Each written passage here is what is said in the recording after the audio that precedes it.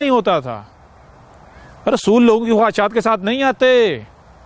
अहमद ईसा तुम्हारी ख्वाहिशात के साथ नहीं आया। कोई कहता जी आपकी सारी बात हक है, लेकिन आपने जी मिर्ज़ा गुलाम अहमद कादियानी साहब को गलत कहा, इसलिए हम आपको नहीं मानेंगे, आप बात लो। परेशान नहीं हो। एक बड़ी तादाद में ये खुद को कादियानी अहमदी को कहलवाने वाले अहमद ईसा को कत्ल की धमकियाँ दे चुके हैं। कादियानी जो हैं वो अहमदी, जो अपने आप को बड़े ये ट्रू मुस्लिम्स कहते हैं, असल मुसलमान, हम परेशान नहीं हूँ। अहमदी जो है वो कादियानी भी, उनको बिल्कुल परेशान नहीं हूँ। सारी हकीकत खोल के सामने रख देंगे। मिर्ज़ा गुलाम जो साहब हैं उनकी भी हकीकत चाक करके सामने रख देंगे, और जो जमात अहमदी है उसकी भी हकीकत चाक करके सामने रखेंगे। और हमने तो आज से साल से भी ज़्यादा हो गया जो है वो ये जो जमात अहमदी ऐसे चैलेंज दिया था, आज तक सामने तो आई नहीं जमात अहमदिया।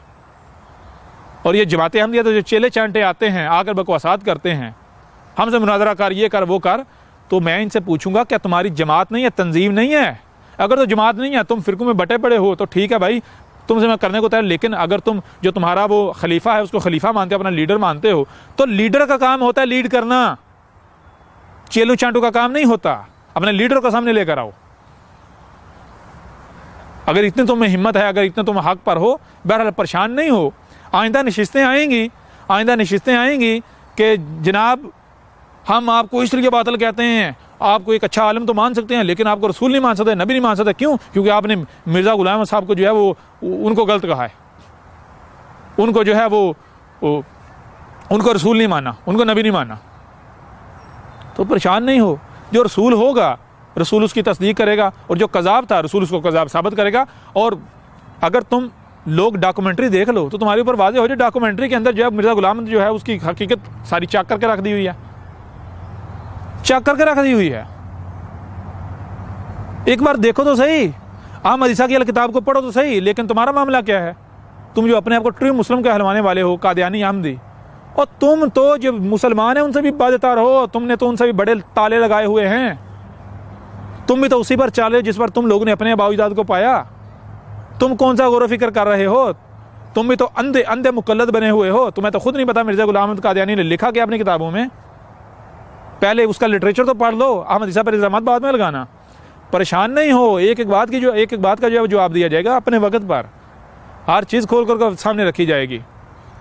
हैरानगी वाली बात यह है कि जो खुद को अहमदी कहलवाते हैं कादियानी, वो अहमद ईसा को कह रहे हैं बिल्लों चूहे की तरह बिल में घुसा हुआ है, बाहर निकल के लोगों का सामना कर, बाहर निकल लोगों का सामना कर। क्या बात है भाई, कितने बड़े अहले हक हो। ये अहले हक होने की पहचान है। हाँ, मेरे साथ तुमने कुश्ती करनी है। हाँ, कुश्ती करनी है, बताओ कहाँ आना है। अहमद ईसा शुरू से कह रहा है बताओ कहाँ आना है। अहमद ईसा आने को तैयार है, लेकिन कैसे? जैसे कानून है, जैसे असूल है। जब अपने खलीफा को लेकर आओ, तुम्हारी जमात अहमदिया को चैलेंज है।